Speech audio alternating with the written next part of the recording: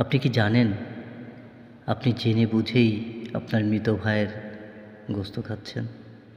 প্রচলিত সমাজের অনেককে নিয়েই অনেক কিছু বলতে ইচ্ছে করে। অনেকের অনেক কর্মকাণ্ডের জবাব দিতে ইচ্ছে করে।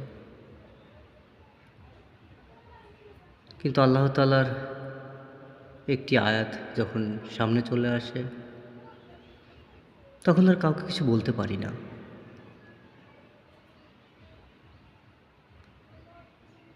কুরআনুল কারীমের সূরা হুজরাতের ১২ নম্বর আয়াতে আল্লাহ তাআলা বলেছেন, তোমরা একে অপরের গীবত করো না।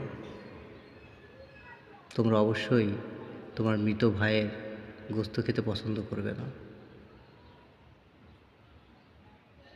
এই আয়াতটা আমাদেরকে জাহান্নাম থেকে বাঁচার একটা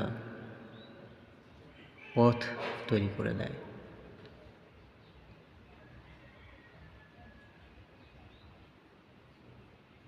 আজকাল সামাজিক মাধ্যম খুললেই দেখা যায় আমরা একে অপরের প্রতি কতটা বিদ্বেষী। ভালো মন্দ যে যাই করুক না কেন, তার বিরুদ্ধে আমাদের কথা বলতেই হবে। এতে করে আমরা নিজেরা নিজেদের যে কত বড় ক্ষতি করছি আমরা নিজেরাও জানি না।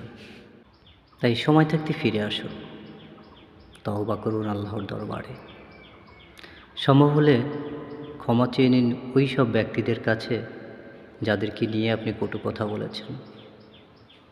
কারণ জিনার গুনাহ আল্লাহ চাইলেই ক্ষমা করে দিতে পারেন, কিন্তু গীবতের গুনাহ ব্যক্তি যদি আপনাকে ক্ষমা না করেন, আল্লাহ তাআলাও আপনাকে ক্ষমা করবেন না।